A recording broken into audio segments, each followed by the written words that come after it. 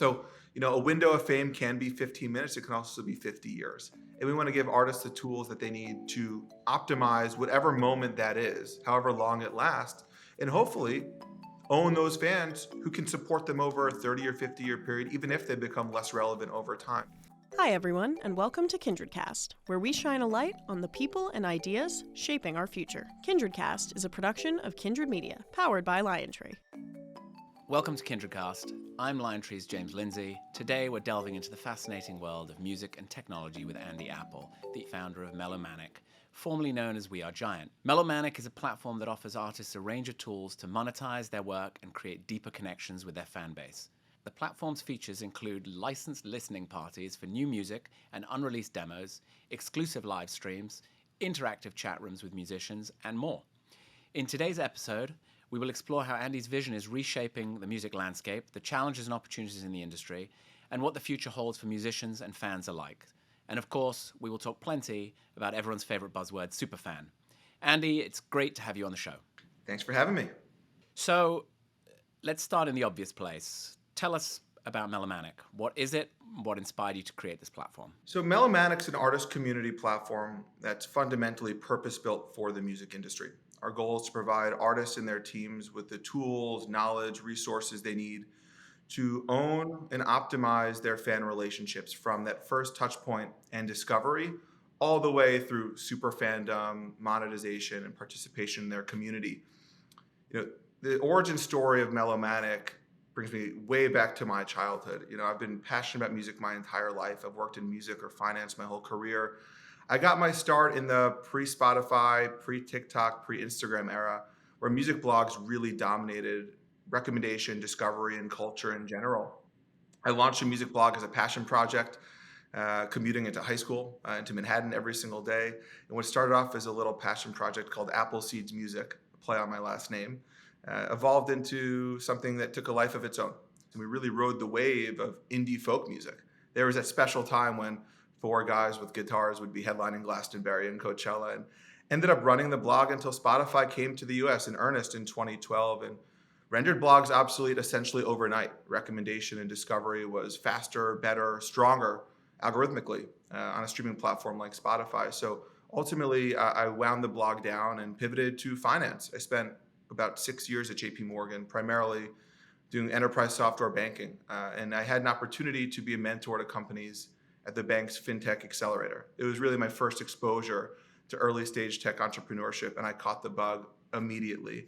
I knew overnight I wanted to work with both earlier stage companies in a more hands-on way, and also work in a category that I was more passionate about, which was always the easy answer. That was music for me, and didn't want to be a tourist in the music industry, so picked up, moved to Los Angeles, and delved into the world of venture capital, ultimately landing at a fund called Sound Ventures. One of the partners at Sound Ventures is a big music manager, and felt like that was the right place to invest in the future leading platforms of the music industry. I had seen the creator space evolve from this niche concept for gamers to this undeniable force of nature across creator categories, and saw music as really that last frontier, the last established category that didn't have a purpose-built platform that had redefined it. The same way we had seen Discord, Twitch, Substack, Patreon, OnlyFans, and a bunch of other category-leading companies emerge. I became hell-bent on investing in that category winner, met with tons of founders building in this space, built a really clear set of hypotheses on what that category-defining company could look like. And when COVID hit in early 2020, the music industry was fundamentally turned upside down. And I looked in the mirror and I saw a window of risk appetite that I had, and I had seen a very clear vision of what this company could look like. So decided to take the leap on my own and take the risk and go from the investor side of the table to the operator side of the table. And I launched the business in late 2020. That's amazing. I must note, I do love how you refer to your entire career as being music or finance, as if they're interchangeable. I love that about you. Two of my favorite things. Let's talk about the name of the platform. So that you recently renamed the platform. It used to be We Are Giant. You changed it to Mellomanic. You've told me the story before, so tell the story. Yeah, we launched as We Are Giant as a declaration. It was a statement. We wanted to build tools for artists that had been previously underserved. For decades, artists were leveraged to build big platforms. Big tech companies stood on the shoulders of musicians, and when it became really difficult to operate in the music space, they moved on to other creator categories and user types. And I wanted to build a set of tools that helped usher the music industry to that next chapter, to build the bridge between creator and the music business and create new opportunities for the industry at large. And it has been a journey building this business. It has not been just up and to the right. It's been a roller coaster. Really excited about the position we're in now, but we had built a huge amount of business momentum, incredible engagement, retention, activations on our platform. And we had just raised a new round of funding led by Sterling Partners. And I wanted to memorialize that new funding, and to do so with a bang felt like an opportunity to rename ourselves. And we've learned so much about who we are, who we're not. And I discovered the word Mellomaniac. It's defined loosely as somebody who's obsessed with music. And I felt like there's really no better term than Mellomaniac to describe who we're working with. And that felt a little clunky, too many syllables for a company name. And I just fell in love with the concept of the duality between mellow and manic. And as I'm sure we'll get into today, the leading feature we have is our listening party tool. And when you're in it, it's truly chaotic. It's organized chaos, though, and it's fun, and the experience ranges from mellow to manic, and the duality of those two terms and how close it is to Mellomaniac felt like a really good way to memorialize where we are today in this new chapter we're entering into as a business, and we're really excited about the reception we've had since launching the new name. Yeah, it's amazing. So let's jump into community and fandom, because that's really what this is all about, and it's sort of, in my mind, it's something that everyone in the music industry now is talking about, community and fandom. We're going to talk about discovery as well, because I think you play a role there, and you've sort of already talked about what Spotify did to the world of discovery. How have you seen the concept of fandom evolve over the past decade? And, I think you can't answer that question without talking about social media. So let's, put that out there. Like, what has changed about what it means to be a fan? And how has social media played a part in that? Absolutely. And I think technology driving change in the music business is going to be a constant theme throughout this conversation today. And you mentioned social media, right? The emergence of leading platforms, whether it's on the streaming side or on the social side, have fundamentally changed the game between passive listening to active listening. It used to be that you would buy albums, you would listen passively on the radio, on your commute, or wherever you were going. And now there's new opportunities to engage fans throughout the creation process and to bring them along for the ride. TikTok trends, Instagram Reels, there's all these new movements happening on leading social platforms that are getting fans involved in the journey. And it's what artists are really optimizing for. Gone are the days of just passively releasing great music. For better or worse, artists have to embrace this new future of new tools, engaging fans in net new, exciting ways for the most part. And I think that's bringing artists and fans closer together than ever before. As you think about, our responsibility as a technology company and all the other companies in the music tech world, it's our job to take innovative, new, emerging technologies and package it in a really digestible format for consumers, artists, and users and fans to create more opportunities, to have more fun, to listen more and to connect more. And I think, you mentioned, fandom and how it's evolved. I think over time, music fandom has become increasingly more community oriented. And I think the beauty of community, whether it's music fandom or a cooking club or running club, really any community, is that no two are alike, right? Every community has its own culture, expectations, norms, languages, hierarchy, leadership group, and new tools that have emerged that are going to continue to emerge are going to allow artists and fans to organize communities in a way that's in line with their culture and resonates a lot more than the passive listening of yesteryear. With regards to fandom, I think you just made a point that artists now have the opportunity to engage with their fans in a more direct way, right? Like we always talk about the gatekeeper being eliminated, and now the fan and the artist can have a direct relationship, which is great, but it's also a burden, right? And you often hear artists talking about that burden and having to sort of always exist on social media and engage with their fans, and it sort of detracts from the, frankly, from the act of creating art. How does Melomanic sort of solve that problem and help the artist?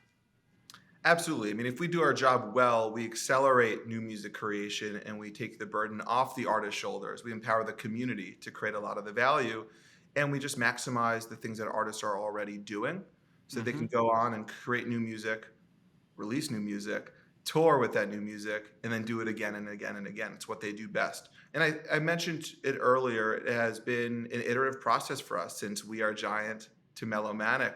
When we first launched in our beta, we launched July 12th, 2022, with 5 artists. The goal was to be as intellectually honest as possible about what worked and why, what didn't work and why not. We had artists ranging from an Ivy League graduate, classically trained composer named Johan Lennox to a hip hop artist, high school dropout, and 3 others in between. And we wanted to build a best in class tool that took the best from different platforms online, whether it's a chat tool, content creation tool, a live stream tool, merch tool. We did build the listening party feature, which was our most innovative product. But over time, we learned the hard way, the cost of an education, that artists didn't want another platform to maintain. And frankly, labels were not incentivized to stand up a whole nother platform.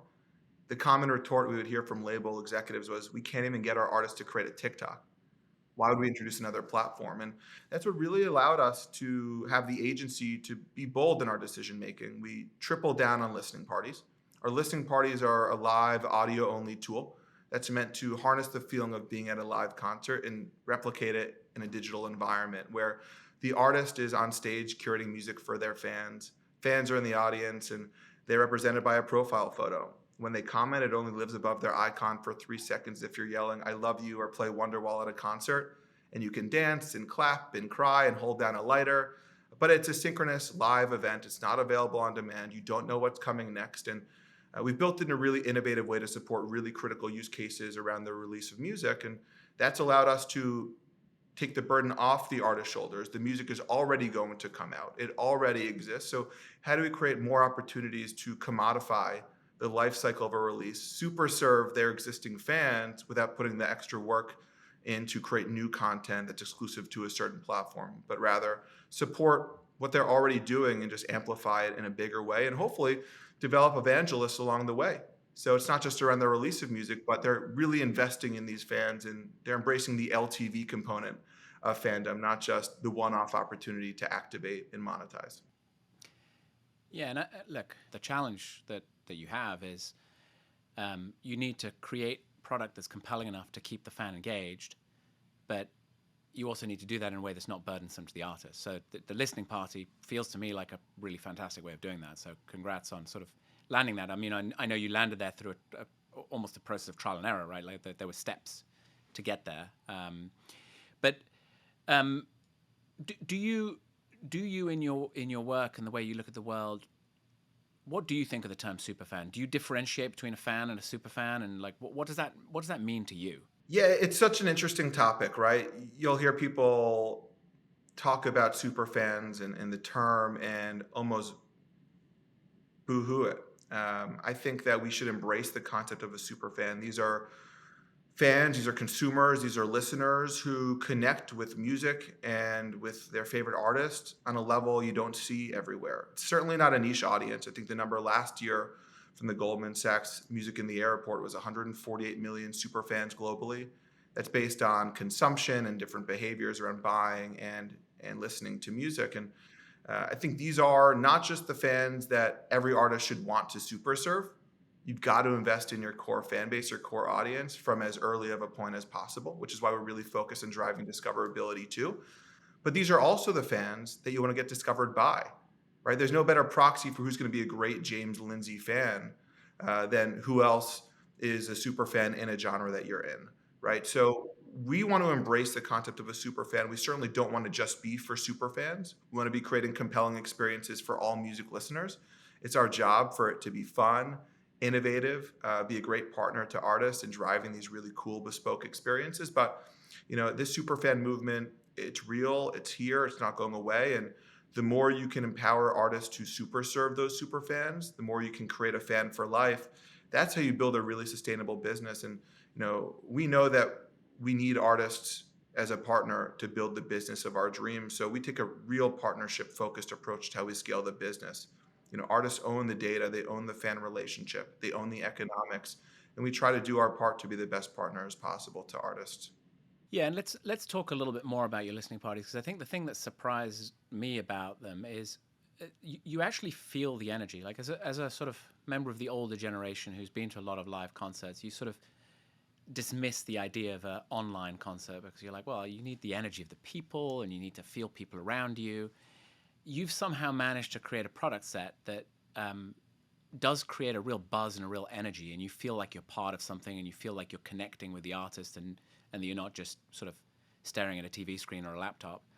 How do you, like, talk to me about how you did that, and then also maybe talk about ways that you're learning from fans and artists, like the way they are leaning into it. Absolutely. When we first set out to build that feature, it was a bet on a hypothesis that I think we'd all agree on, which is a lot more music is going to come out tomorrow. We've seen the big numbers. When we first started this business, I think 40,000 songs were hitting DSPs every single day. The latest number is 130,000 songs hitting DSPs every day, and that's only going to grow and skyrocket as it becomes faster, easier, better, simpler, more affordable to create and distribute music. So we want to take a really unique approach, not just from an end user experience, but also from an infrastructure layer perspective. And what we've done with our listening parties on the back end is we don't rely on any third-party streaming platforms to power the experience. So we have no support from DSPs to power the listening.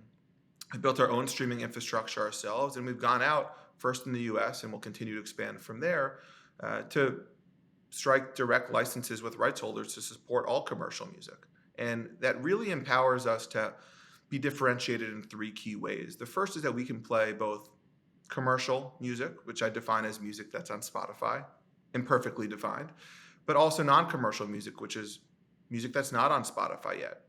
Some of this is music that's already registered, that's going to come out. They already have an ISRC code. The metadata is already mapped there, but it's going to come out tomorrow, the next day, the next week. But there's also other use cases like voice notes. There's nothing more powerful than being at a concert and having your favorite artist tell you where they were in life when they wrote that song or recorded that song, all the way to demos, things that will never see the light of day. But it's found gold for superfans. It is like manna from the heavens. So the first differentiator we have is the ability to play with commercial and non-commercial music and really create innovative content experiences on the platform. The second and third are related to monetization and the user experience. Because we're not dependent on any third-party DSP to power the experience, we can really innovate with how artists can monetize in the experience. I think one of the really important things for us as we layer on monetization tools is for monetization to actually drive a better user experience, not to get in the way of the user experience. We want to empower net new opportunities for artists, rights holders, and fans to participate in bespoke, personalized, enhanced ways that drive a much better experience. And we're really nimble in our ability to do that. And finally, from a user journey perspective, you mentioned trial and error. And it was really important to me that we could figure out not just how to work with artists directly, but to work with label partners. Labels control 5,000 to 6,000 of those release songs every single day on DSPs. It's not an insignificant number, and culturally, it's hugely significant. And we wanted to do things the right way from the outset, get the right licenses, and approach labels from a partnership perspective. And one thing that was actually really important to labels in a very non-obvious way was they didn't want to engage with tools at large that required fans to download another app and create an account. And we are a completely web native product. It's a really seamless user journey. When you get a link from your favorite artist about their listening party, you click it, you're a guest user in the experience. And even if you don't register with your email, phone number, or new username, every stream that you generate still gets reported the same as a registered user. So we've tried to create three core points of differentiation. And I think that's what's really allowed us to emerge and what's really solidified our unique market position from a release perspective with the listening party tool. So you touched on two things in that answer that are themes that always get me excited. One is monetization and how you help bring more money into the ecosystem and fundamentally more money for artists. But the other one is you made a fleeting reference to data, because I think you have a very interesting position where you get first-party data on superfans, right? And if they do register with their email, you have a treasure trove of pretty useful data that I'd imagine any marketing A&R executive would be pretty interested in. So maybe start with monetization, but let's talk monetization. Let's also talk data and how you're using that. Yeah, from a monetization perspective, what I'm most excited about is, frankly, creating an entirely new set of monetization opportunities around the life cycle of a release. Right? Historically, with social tools at least, artists, sometimes with their label support, sometimes without, will tease music on socials, and eventually they'll drop it on DSPs. And they make fractions of a cent on the streams if they're lucky. And that's really about it. It's just rinse and repeat there. Our ability to commodify the life cycle of a release creates so many more opportunities for an artist or label to gain access to events, collect tips within them, and monetize these standalone listening parties, while also gathering more and more streams, right? Every stream that happens pre and post release gets reported to Sound Exchange like any other DSP would. But first and foremost, more opportunities to eventize your release. And I think what artists do with that is really special. But like I mentioned earlier, we're really focused on driving a better user experience. There's a lot we can take from the gaming world. There's a lot we can take from K-pop and J-pop and that fan behavior you see overseas East that is able to tap into user spend in a way that actually feels additive to the experience. How can you get more recognition in the community? How can you have more of a personalized experience? We're working with a major label now on a superstar hip hop artist for his upcoming release. For context, his past 3 releases, they built a custom Pokemon card for that artist. So now we're working through the details of what would it look like to translate those Pokemons to emotes. And maybe you can sell that 4th Pokemon card. So it's not just the physical goods we can sell like merch and vinyls, which we do.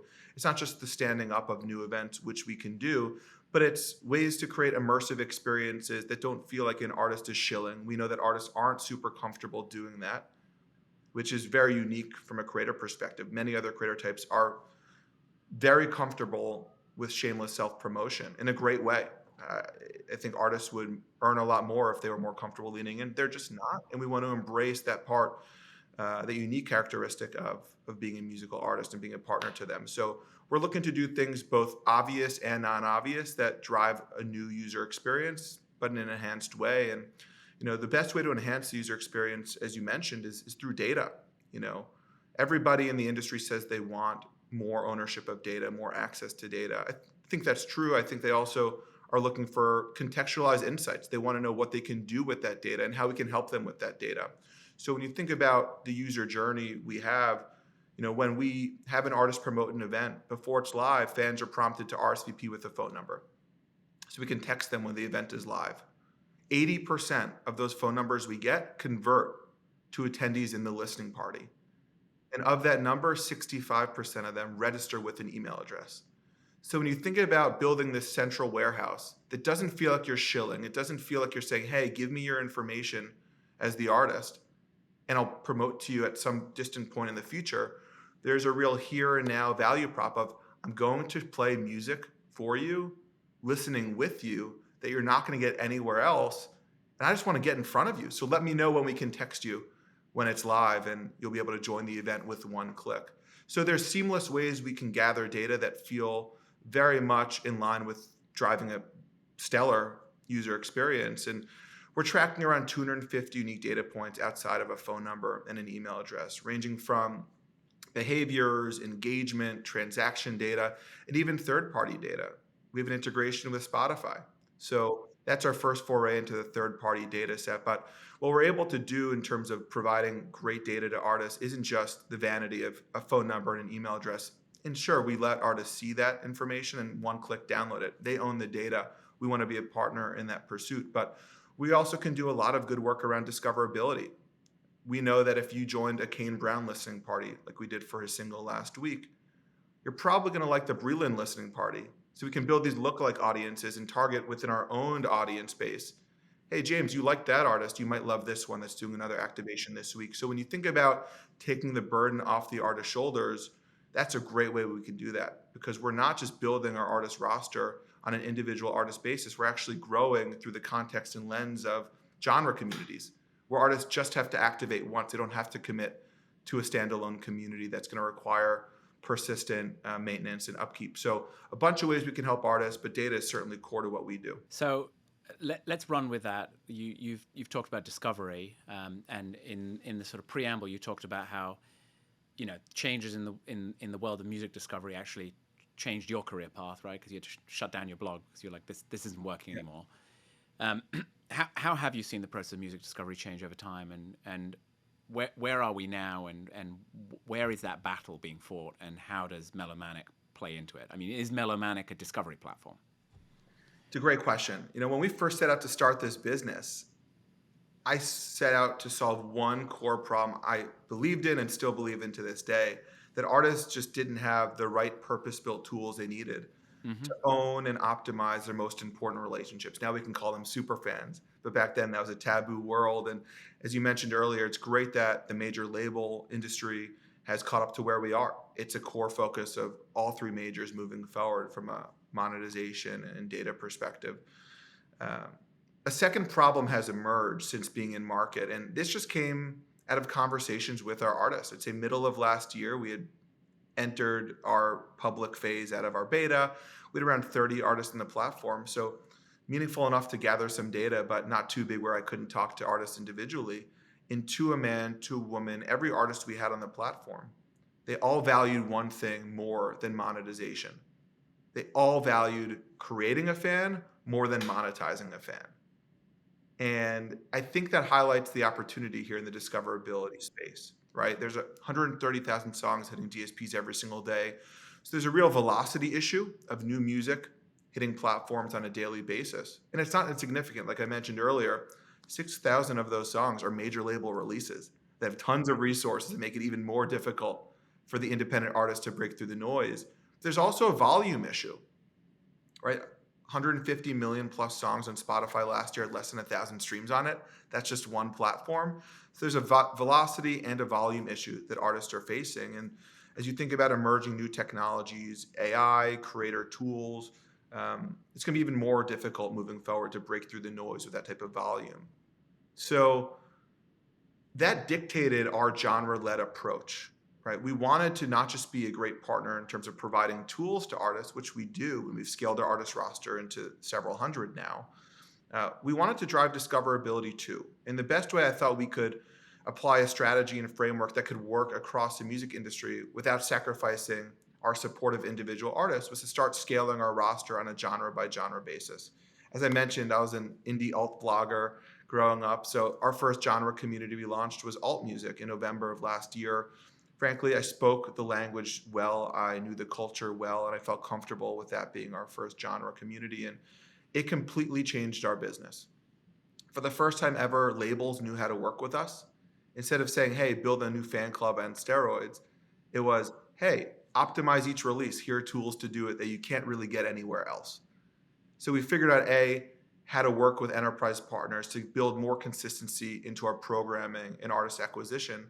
But more importantly than that, or just as importantly, we started driving discoverability for artists. We could start playing around with different formats that are familiar. The same way we've taken a live concert format and brought it to a digital environment, we've been able to bring a festival format. So once a month in each of our 4 genre communities today, we're in alt, pop, hip hop, and country, we actually host a listening party festival where we aggregate and build a bill of artists like any festival would. Over a 2 to 3 day period, on average around 15 to 20 artists are activating in that really defined window. So there's now opportunities to just super serve your existing fans, but also get discovered by new ones who are coming for other artists, similar to jumping stage to stage. So a lot we can do from a discoverability perspective as we build our own audience, as we build a deeper and more robust data set, we'll be able to be an even better partner for discoverability. But we're really proud of the work we're doing in terms of helping solve the discoverability challenge. So we're certainly a community tool, but we're certainly focused on discoverability. And what's really special about the role we can play in this ecosystem is the fact that we're true partners to artists. So when an artist can own the data from that first touch point and discovery and work them through the funnel through to super fandom, that's a complete game changer. And you see tons of examples of artists in the real world. Fred again's a great example.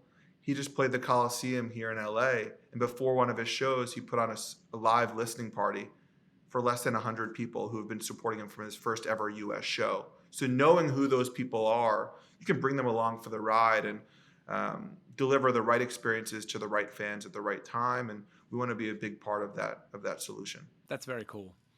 Um, and just continuing down that line, fan behavior and fans' interaction with artists.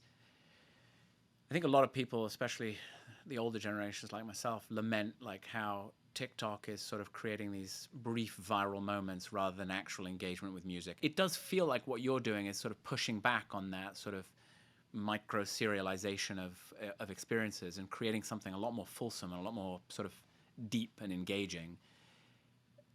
How do you think about that? Like you're essentially occupying a lane and really swimming against the current a little bit in terms of where music listening is going. It's a great question. I'm a romantic too about the full album. And the liner notes, the best. Absolutely. I learned the easy way, actually, that you can send vinyls through U.S. Postal Service as educational materials. It's just a little hack for those out there that are looking to ship vinyl through the mail at pennies on the dollar. So you can travel with your vinyl collection too and still have the liner notes with you. But I think what it comes back to is my comment on communities. No two are alike. For some artists, they'll never want to release an album as long as they live and perform.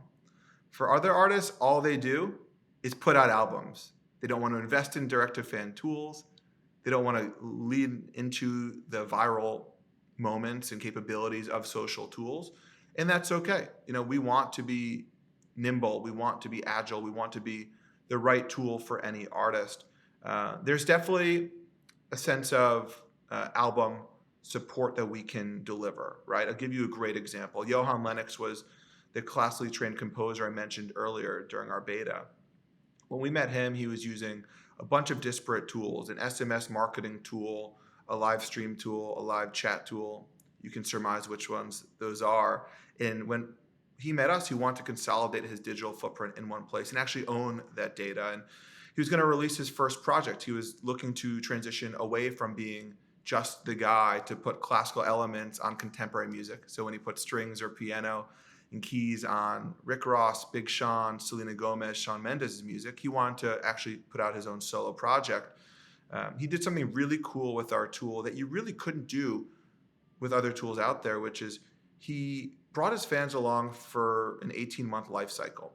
6 months prior to the release of his album, Johan hosted a listening party that he coined an album progress report, where he played 17 songs straight through, all demos, really vulnerable, really open, really raw, just to get fan feedback. What did they like? What did they not like? To really focus group his fans. Fast forward 5 months, he did a single release listening party on our platform exclusively before DSP release.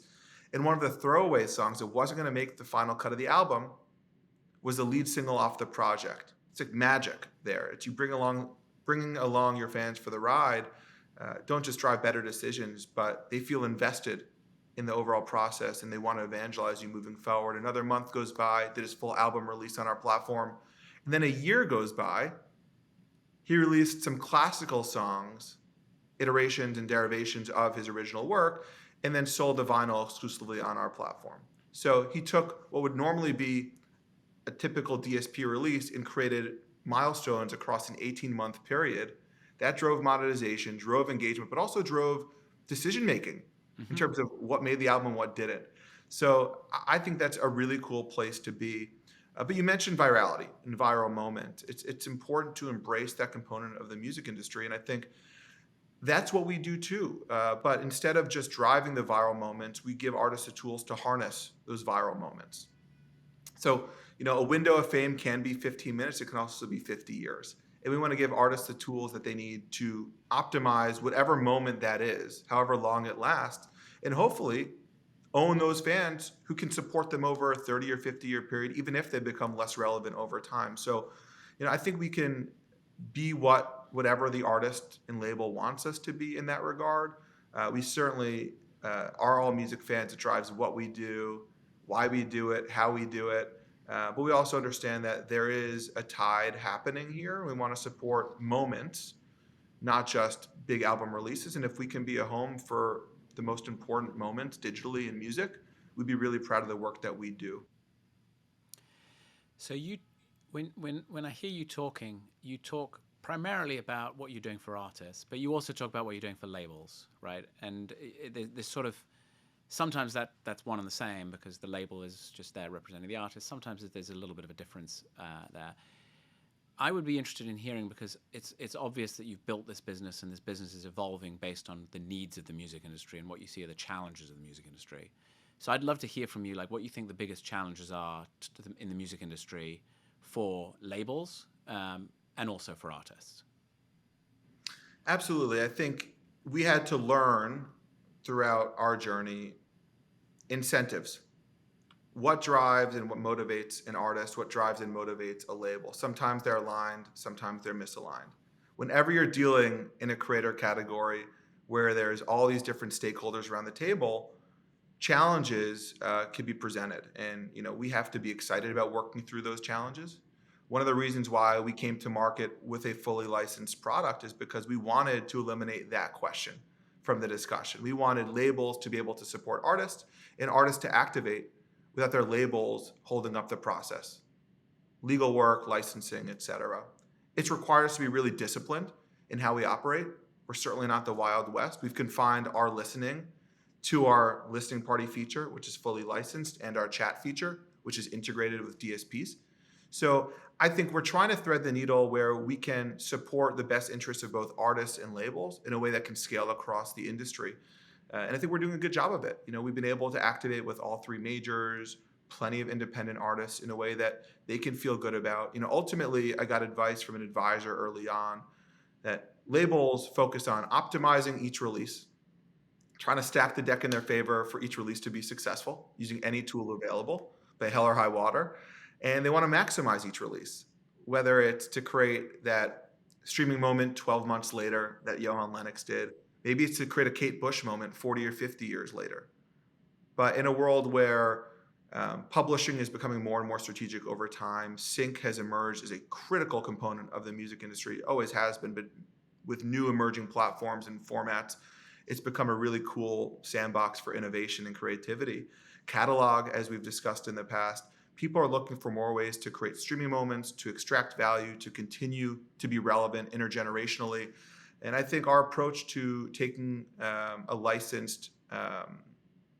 approach to licensing and productizing licenses in the way that we have enabled us to work with both labels and artists in a way that works for both of them, and frankly, works for us too. Let's look forward to the future. What are the key trends you're sort of preparing yourself for and you're anticipating in the music industry? I'll say over the next 5 years because it's a sort of time period people usually use, but maybe 5 years is ambitious. But what are you preparing for? Absolutely. I think that AI is the buzzword you hear everywhere you go in the music industry across entertainment. I think there's no question that it's a transformative technology. I think the real question is how is it going to transform the music industry? It's going to be really interesting to see how we as a platform can leverage innovative technologies like AI and use it as a force for good. I think us being a community platform, it takes a real partnership approach with artists and labels, positions us to take really interesting bets around leveraging AI in a way that artists and labels can be really proud of. I think a huge element of our roadmap is going to be co-creation, whether it's content co-creation, whether it's shared experiences that communities have. And I think what we can do in a really unique way is create call and response prompts with closed and open parameters. And they can be closed by the label or by the artist, open by the label or the artist. So I think there's going to be a lot of new creation opportunities that are highly efficient, highly scalable, highly strategic. And we want to enable artists to participate in that in a way that they're really proud of, respects their rights, respects their creative process, but also engages their fans to create more value as an extension to them for the rest of the community. So AI certainly jumps out to me as one. And the second is creator tools. There's platforms that have made it so easy to create and distribute music. There's hundreds of millions of new music creators hitting the market. over the next 5 to 10 years, we want to be a core part of how those creators release music, build a business on their terms, own the fan relationship. One thing we talk about internally a lot, aside from the work we're doing with the established artists that signed to an indie or major label, we'd be really proud of the work that we're doing if millions of artists could be artists on their terms, build their own business because of Mellomanic. And we're really focused on serving both sides of that spectrum, and we're really positioned nicely to capture it as a community platform. There's an evolving conversation around music and IP rights, right? And AI is a big thematic that feeds into that as well. Like how does the IP landscape evolve? And you're already swimming in dangerous waters a little bit, playing with commercial and non-commercial music. How have you navigated the sort of IP side of your business, and do you see that becoming more problematic as we move forward? I think with new emerging technologies and platforms, there's going to be discussions around how to treat IP. Mm-hmm. I think modularity in creation that comes with AI is going to introduce a whole new set of challenges and questions, but user behavior in many ways is undeniable. It's going to be incumbent upon platforms and rights holders to come together to create a better mousetrap where everybody is happy around the table and there's winners all around. In terms of how we've built our product today, it's actually not that tricky in terms of licensing. How we've productized it is really unique and innovative, but we report like any other streaming platform would, and our ability to be innovative and nimble with the pre-release music just creates more opportunity for us. And we handle all of the reporting on our back end. We don't put that burden on the artist or the label. So, the goal is to work in lockstep with label partners, artist partners, understand how they'd want to use our tool, let users and artists vote with their feet, and build really innovative, fun, exciting products around just that. And I'd rather stay disciplined within our feature set and expand on the value we can create within our chat and listening party and live stream features than dive into murkier waters, because we're already creating a lot of value for artists. We're helping them release music in innovative ways. And what we're really looking to do is maximize these moments of release. And we're doing that with our feature set. We'll continue to do it with new emerging technologies. And there's no way to build a business in the music industry without factoring in IP and rights. Mm-hmm. And we want to be partnering with the leaders across the industry to do things the right way and be a significant, important, long-term partner to artists of all shapes and sizes. And when you create a special moment in one of your live listening parties, right, where something unique or bespoke happens, right, the artist leans in, does something incredible, can that live on, or do you have the ability to take those moments and put them on other platforms or even on your own platform for future listening, or are you trapped in the present and in the moment?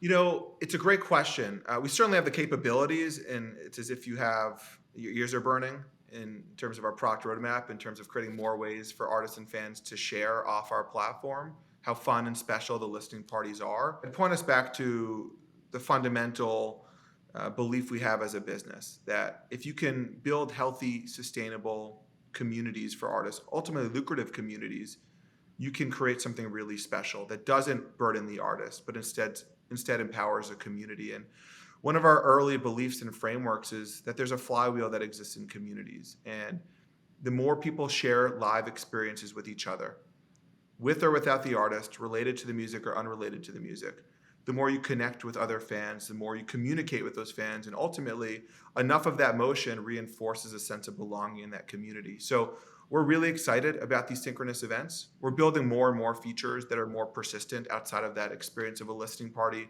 as we know it today. But we're really excited about the appointment television, if you will, that we're creating with these listening parties around the release of music. And we're certainly going to get better at sharing off platform, but I love that these are not available on demand. I love that these are synchronous live experiences that really capture the feeling of being at a show. And as you mentioned earlier, they're not boring. They're not soul-sucking. They're actually immersive. And when you're there for an artist that you love, your heart is racing, and it's a really exciting experience to be a part of. So we want to stay really disciplined around creating 100 times better experience than what we have today, but really excited about where we are today, and it's a great foundation to build on.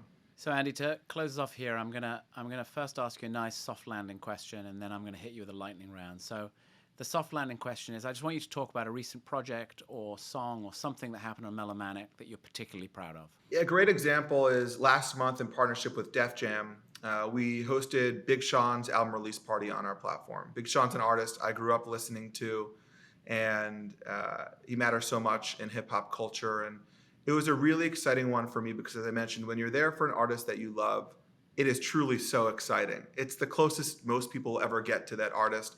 But beyond that, it came during a week when Big Sean was hosting a big listening party in LA for industry people, put on by Complex. And I think what we did online was so exciting in that we broke down the barriers. There was no velvet rope. If you were a Big Sean fan, you didn't have to be in LA. You didn't have to be getting that private invitation because you're plugged in the industry to hear the music with the artist. And it was just a really exciting activation because we broke down geographic barriers, access barriers, and personally as an artist, I'm really excited about it, and the project is amazing. So that's definitely one that jumps out to me as a recent fun activation. Very cool. So, lightning round. If you could collaborate with any artist, living or dead, through Mellomanic, who would it be? Easy. Justin Vernon. He is my favorite artist in the world. I've seen almost every iteration of his. Bon Iver, Gangs, Volcano Choir. I remember when I was in college, I saw him do a live score for a silent Charlie Chaplin film at Lincoln Center. So I'm a sucker for whatever he puts out. I'm buying what he's selling, and I'd love to figure out a way to work with him. I think he's one of the most innovative artists of all time. Well, I'm sure he's a KindredCast listener, so he'll probably reach out. What's your all-time favorite album? Some Girls by the Rolling Stones. Okay. Current favorite artist? You can't choose between your favorite children, so I'll answer outside of the Mellomanic universe. I'll give 3 of my favorite artists that if I was a blogger, I would have been blogging about. One is Gene Dawson, just put out a song called Houston that is unbelievable. Dijon, I remember I heard him first with Nico's Red Truck when I first moved to LA in 2018, and I think the music he's putting out, the format he's created in terms of live performance, it's unbelievable. And I've been loving McGee's album. It's probably my favorite album of the year. Amazing. Any book recommendations, or are you just music? No, I format neutral from a content perspective. I'm 5 years late, but my favorite recent book I've read or listened to is the Beastie Boys book. It is the coolest audiobook of all time. Being from New York, I'm a purist, and they're probably the most iconic New York group I can think of. And every chapter is narrated by an iconic New Yorker. Steve Buscemi, Jon Stewart, LL Cool J, the list goes on. Highly recommend checking it out. Amazing. And finally, any podcast recommendations? You can't say KindredCast. Of course. I'll give 2. Being a native New Yorker living in LA, I've really enjoyed exploring the food scene here. There's a podcast called Air Jordan that dives deep into the LA food scene. So next time you're in town, let's grab a great meal. But from a music perspective, I'm really fond of the work Dan Runcie is doing with Trapital, and really excited about the utility he's created in the music industry and the platform he's given to entrepreneurs and leaders across the board. Amazing. Well, Andy, thank you so much for sharing your insights and the incredible work Mellomanic is doing to empower artists. It's clear that your vision is driving meaningful, positive change in the music industry. And look, we look forward to seeing how you continue to grow, and we look forward to supporting you as you do so. It's been a real pleasure chatting with you. Thank you. It's been awesome. Thanks so much for having me. Thank you for listening. Stay tuned for more KindredCast conversations from leaders in business and beyond.